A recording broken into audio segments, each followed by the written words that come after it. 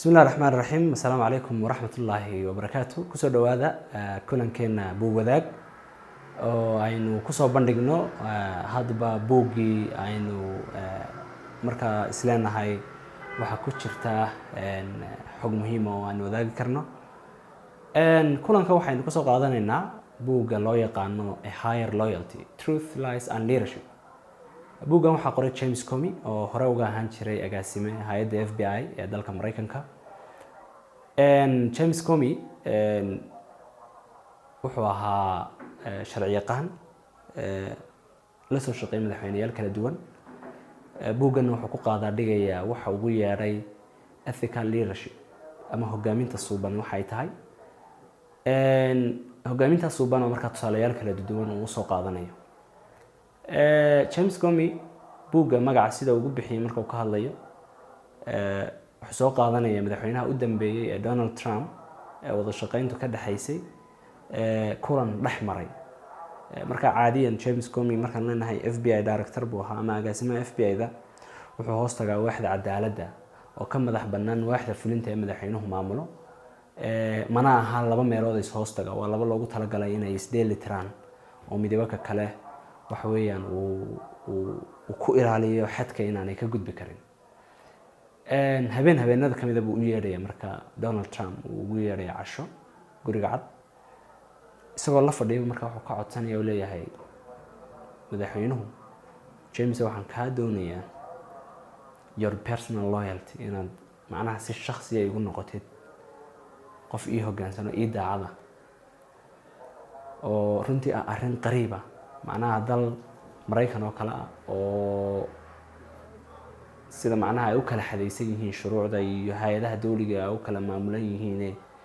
aanay isu dhaxgalin in madaxweyne intuu yimaado wax kale oo ka madax bannaan oo waaxda cadaaladda uu yiraahdo waxaan ka doonayaa inaad ii hoggaansanto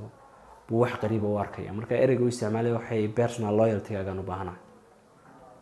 James Comey marka uu buugga qoray wuxuu leeyahay ma aaminsani in qofna uu qof loyal u noqon karo ama madaxweynaha noqdo ama cid kale ha noqdo ama dawladdu u noqon karo loyal, laakiin qofku wuxuu u noqon karaa loyal ama daacad u hoggaansami karaa qiyam uu aaminsan yahay oo waaweyn oo sarsare higher values buu qofku u noqon karaa buu leeyahay buu u noqon karaa daacad uu ilaalin karaa iyo markasta uu hoggaansami karaa. marka halku magaca ka keenay uu leeyahay a higher loyalty uu soo dhiranrinaya waa qaab caynkaas oo kale ah. James wuxuu la soo shaqeeyay madaxweynayaal kala duwan oo sidaan hore u soo sheegnay Bush iyo Obama iyo Trump lahaa. mid walba marka hogaamiyaha suuban markuu sheegay astaamihiisa mid walba uu ku dheerarinaya wuxuu aad u dhaliilayaa mararka qaar uu ku sheegay inuu ahaa hogaamiye mafia macnaha Trump uu ku sheegay mararka qaar inuu yahay hogaamiye mafia. waxyaalaha xiisaha leh waxa kamid ah buugga inuu kaga warramayo 2016 doorashadii Hillary Clinton iyo Trump dhex martay oo ahayd runtii mid kamid ah doorashooyinkii aadka dunida u saameysay ama sida aadka loola socday. hay'adda uu madaxda ka ahaa FBI-na ay door weyn ku lahayd marka laga hadlayo qaabkii warbaahinta iyo sidii wax u dhacayeen iyo baaristii Hillary Clinton email-ladeeda iyo arrimaha la xiriira. Hillary Clinton buuggeeda waxay ku sheegtay in baaristii hay'adda FBI ay ku sameysay email-ladeedii iyo markii ay ahayd wasiirka arrimaha dibadda inay email shakhsi isticmaashay inay saameyn weyn ku yeelatay codadkeedii iyo doorashadeedii qayb weyn inay ka ahayd. Jamesna wuxuu ka hadlayaa soo bandhigaya qayb kale oo kamid ah sheekada oo uu leeyahay baarista aan Hillary u sameynay as an FBI director waliba markaan anigu agaasimo ahaa waxa aan qaatay go'aano mararka qaar xataa xasaasi ah si aan u bari yeelo oo aanan macnaha u saameyn musharaxnimadeeda iyo tartanka ay galayso. wuxuu kaga warramayaa sidii baaristaas iyo natiijadii doorashada ka soo baxday dad badan iyo media laftooda isugu xidheen ee loogu aaneeyay inuu soo ka dambeeyay ama saameyntii ugu weynayd ku yeeshay in madaxweyne Trump uu soo baxo. wuxuu sheegayaa afar xaaladood oo kala duwan oo marna Republicanku ugu soo cabatumayeen marna Democratka ugu soo cabatumayeen afar xaaladood oo kala duwan. mid walbana wuxuu leeyahay anigu mid aliyaale iyo mid ila jira labada xisbi ma aanan jeclayn laakiin markasta waxaan qabanaya waxaan sax u arkayo. dad badan oo public ah ama indhaha bulshada iyo dad badan oo media arrinta kala socdayna aanay fahamsanayn arrintaas uu si faahfaahsan uga warramaya sidoo kale waxa xiisala iyada lafteeduna uu isbarbar dhigayaa saddexda madaxweyne oo la soo shaqeeyay ethical leadership-kooda markuu qiimeynayo ama hogaamintooda iyo sida u kala wanaagsanayd waxaad moodaa darajada u sarreysay inuu geynayo Obama oo aad uga ammaanay inuu ahaa qof macnaha dhageysi badan ixtiraamo sharciyada iyo kala xadeysnaanta aan qofka macnaha ka fikirka duwan aan ku dhaleelin in badan wuxuu lahaa macnaha xataa buu leeyahay dareen ah macnaha furfurnaan iyo isagoo mararka qaar ka aragti duwan haddana inuu qofka dareenkiisa uu ilaalin jiray oo uu furfurnaan badan iyo bulshaawinimo badan u lahaa wuxuu ku soo xigsiinayaa Bush oo uu leeyahay isaga laftiisu uu markuu garab dhigayo Trump wuxuu leeyahay waa ka ethical sana aad buu Trump ninka la yiraahdo isaga u dhaliilaya wuxuu leeyahay macnaha wuxuu ahaa qof macnaha mafia oo kala buu ku tilmaamaya sidoo kale Comey wuxuu kaga warramayaa oo uu buugiisa ku soo bandhigayaa dhacdooyin kale oo shakhsi ah oo ka hor intaan FBI noqon cases kale oo ka garnaqay marar kala duwan oo uu xeerlaaliye ahaa waxa kale oo ka warramaya iyada lafteeda qaabkii uu eriyay markii uu eriyay Donald Trump isagoo safar shaqo ku jiro oo aan ka warhayno